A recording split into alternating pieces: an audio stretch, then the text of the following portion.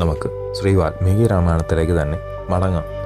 ഭഗവാൻ വസിഷ്ഠൻ്റെ വാക്കുകളും നിൽപ്പും കൊണ്ട് വിശ്വാമിത്രൻ്റെ കോപം ആളി. മഹാശക്തനായ അദ്ദേഹം നിൽക്ക് എന്ന് പറഞ്ഞ് ആഗ്നേയാസ്ത്രം പ്രയോഗിച്ചു. മറ്റൊരു യമദണ്ഡമെന്ന പോലെ ബ്രഹ്മദണ്ഡം ഉയർത്തിയ ഭഗവാൻ വസിഷ്ഠൻ, ക്ഷത്രിയ നായക, ഇതാ ഞാൻ നിൽക്കുന്നു. അങ്ങയുടെ കരുത്ത് മുഴുവൻ കാണിക്കൂ. ഹേ ഗാദിനന്ദന, അങ്ങയുടെയും പഠിച്ച ശാസ്ത്ര അസ്ത്രങ്ങളുടെയും ഗർവ് ഞാനിതാ അടക്കുന്നു. ക്ഷത്രിയൻ്റെ നിസാരമായ ബലമെവിടെ? ബ്രഹ്മബലത്തിൻ്റെ മഹത്വമെവിടെ?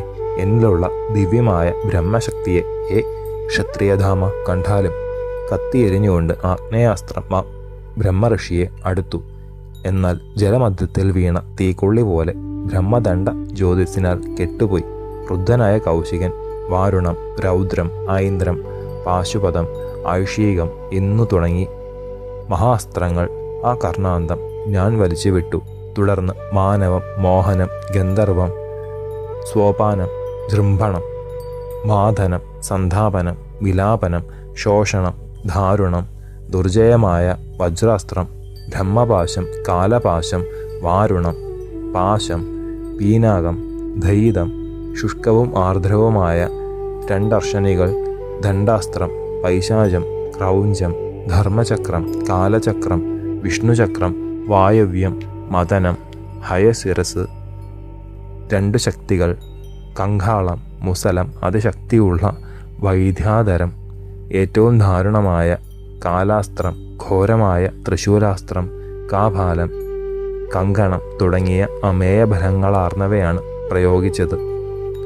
ജപശ്രേഷ്ഠനായ ബ്രഹ്മപുത്രൻ്റെ നേരിട്ട് വരുന്നവയെല്ലാം ഉയർത്തിപ്പിടിച്ച യോഗനഡിൽ നിലീനമായി. അസാധാരണങ്ങളും അമൂല്യങ്ങളുമായ അസ്ത്രശസ്ത്രങ്ങൾ എല്ലാം നിഷ്പ്രഭമായപ്പോൾ അവസാനം വിശ്വാമിത്രൻ ബ്രഹ്മാസ്ത്രം തന്നെ അഭിമന്ത്രിച്ച് അയച്ചു. ബ്രഹ്മാസ്ത്രം അടുത്തപ്പോൾ അഗ്നി തുടങ്ങിയ ദേവമുഖ്യന്മാർ, ദേവഋഷിമാർ, ഗന്ധർവന്മാർ, ഉരകമുഖ്യന്മാർ തുടങ്ങി എല്ലാവരും പരിഭ്രാന്തരായി. 3 ലോകങ്ങളും ആകെ നടുങ്ങി. എന്നാൽ ബ്രഹ്മാസ്ത്രത്തെ ബ്രഹ്മതേജസ്സിനാൽ ഭഗവാൻ വസിഷ്ഠൻ്റെ യോഗദണ്ഡ് വിഴുങ്ങി. രഘുവീരനായ ഉണ്ണി രാമ, ബ്രഹ്മനന്ദനൻ്റെ രൂപം ആകെ ഒന്ന് മാറി. 3 ലോകത്തെയും മോഹിപ്പിക്കുന്ന ഘോരതരമായൊരു ആകൃതി വിശേഷമാണ് ബ്രഹ്മാസ്ത്രം തന്നിലേക്ക് ലയിച്ചപ്പോൾ വസിഷ്ഠമാമുനിക്ക് ഉണ്ടായത്. രോമകൂപങ്ങളിൽ നിന്നെല്ലാം അഗ്നി ഫുലിംഗങ്ങൾ പുകകൾ ആളുന്ന തീയിൽ നിന്നെന്ന പോലെ പുറപ്പെട്ടു. ശത്രുക്കളെ നേരിട്ട കാലാഗ്നിയെപ്പോലെ മറ്റൊരു യമദണ്ഡ് പോലെ ബ്രഹ്മഋഷിയുടെ കയ്യിലെ യോഗദണ്ഡ് ജാജ്വല്യമാനമായി. ജപശ്രേഷ്ഠനായ ഭഗവാൻ വസിഷ്ഠനെ മഹർഷീശ്വരന്മാർ സ്തുതിച്ചു തുടങ്ങി. ബ്രഹ്മസൂനുവായ ബ്രഹ്മഋഷി ശ്രേഷ്ഠ, അവിടുത്തെ ശക്തി അചിന്ത്യമാണ്. അഗ്നിയെ അഗ്നി കൊണ്ട് തന്നെ കൊടുക്കണേ. അമേയശക്തനായ വിശ്വാമിത്രനെ അവിടുത്തെ ബ്രഹ്മതേജസ് നിഗ്രഹിച്ചു. അവിടുന്ന് പ്രസാദിക്കണേ, പ്രസാദിക്കണേ. 3 ലോകങ്ങളുടെയും അഴൽ ഒഴിക്കണേ. മാമുനീന്ദ്രന്മാരുടെ പ്രാർത്ഥന കൊണ്ട് ഭഗവാൻ ശാന്തനായി. ആ മഹാതപസി പിൻവാങ്ങി. പരാജയം പ്രാപിച്ച വിശ്വാമിത്രൻ തല താഴ്ത്തി തുടരെ നെടുവീർപ്പിട്ട്, ക്ഷത്രിയൻ്റെ ബലം എത്ര നിസാരമാണ്! ബലം എന്നു പറയുന്നത് ബ്രഹ്മബലമാണ്. ഒരൊറ്റ ബ്രഹ്മദണ്ഡത്താൽ തൻ്റെ ദിവ്യാസ്ത്രങ്ങളെല്ലാം നശിച്ചു. ചിന്തയുടെ അവസാനത്തിൽ രാജഋഷി സ്വയം തീർപ്പ് ചെയ്തത് ഇങ്ങനെയാണ്: നിർമ്മലങ്ങളായ ഇന്ദ്രിയങ്ങളോടും ചിത്തത്തോടും കൂടി മഹാതപസ് ചെയ്ത് ബ്രഹ്മത്വം ഞാൻ സമ്പാദിക്കും. ഭഗവാൻ വസിഷ്ഠനോട് ശത്രുതയാർന്ന വിശ്വാമിത്രൻ്റെ ഹൃദയം പരാജയത്താൽ എരിപൊരി കൊണ്ടു. ദീർഘനിശ്വാസങ്ങൾ അടിക്കടി ഉണ്ടായി. ഹേ രഘുനന്ദന, സഹധർമ്മിണിയോടുകൂടി രാജഋഷി തെക്കേ ദിക്കിൽ ചെന്ന് ഘോര തപസ് തുടങ്ങി. കായ്കനികൾ മാത്രം ഭക്ഷിച്ച് ഇന്ദ്രിയ നിഗ്രഹത്തോടെ തപസ് ആരംഭിച്ച ഇദ്ദേഹത്തിന് സത്യധർമ്മ പാരായണന്മാരായി ഹവിഷ്യന്തൻ, മധുഷ്യന്ധൻ, ദൃഢനേത്രൻ, മഹാരഥൻ എന്നു പേരുകളിൽ 4 പുത്രന്മാർ ജനിച്ചു. വർഷങ്ങൾ 1000 ഇങ്ങനെ അവസാനിച്ചു. ലോകപിതാമഹനായ ബ്രഹ്മാവ് സന്തുഷ്ടനായി തപോനിധിയായ വിശ്വാമിത്രനോട് മധുരമായി പറഞ്ഞു: കുശികനന്ദന, രാജഋഷി സംഘത്തെ മുഴുവൻ അങ്ങ് തപസ്സുകൊണ്ട് വിജയിച്ചു. ഉത്തമവ്രതചര്യയാൽ രാജഋഷിയായി അങ്ങെന്ന് ഞാൻ വിചാരിക്കുന്നു. ദേവന്മാരോടുകൂടിയ വിധാതാവ് അവിടെ തന്നെ അന്തർധാനം ചെയ്തു. ബ്രഹ്മദേവന്റെ വാക്കുകൾ വിശ്വാമിത്രനെ ലജ്ജിപ്പിച്ചു. തല താഴ്ത്തിക്കൊണ്ട് അപാര ദുഃഖത്തോടെ പറഞ്ഞു: അനേകകാലം ഞാൻ ഉഗ്രതപസ് അനുഷ്ഠിച്ചു.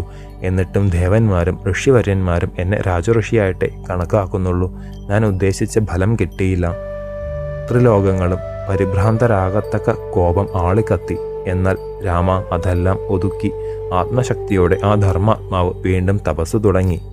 ആ കാലത്തിലാണ് ഇക്ഷ്വാകു വംശത്തിലെ ത്രിശങ്കം എന്ന മഹാരാജാവ് സത്യവാദിയായ ജിതേന്ദ്രിയൻ രാജ്യം ഭരിച്ചിരുന്നത്. അദ്ദേഹത്തിന് അത്യുത്തമമായൊരു യജ്ഞം ചെയ്യണമെന്നും ഉടലോടുകൂടി സ്വർഗം പോകണമെന്നും ഒരു ചിന്ത ഉദിച്ചു.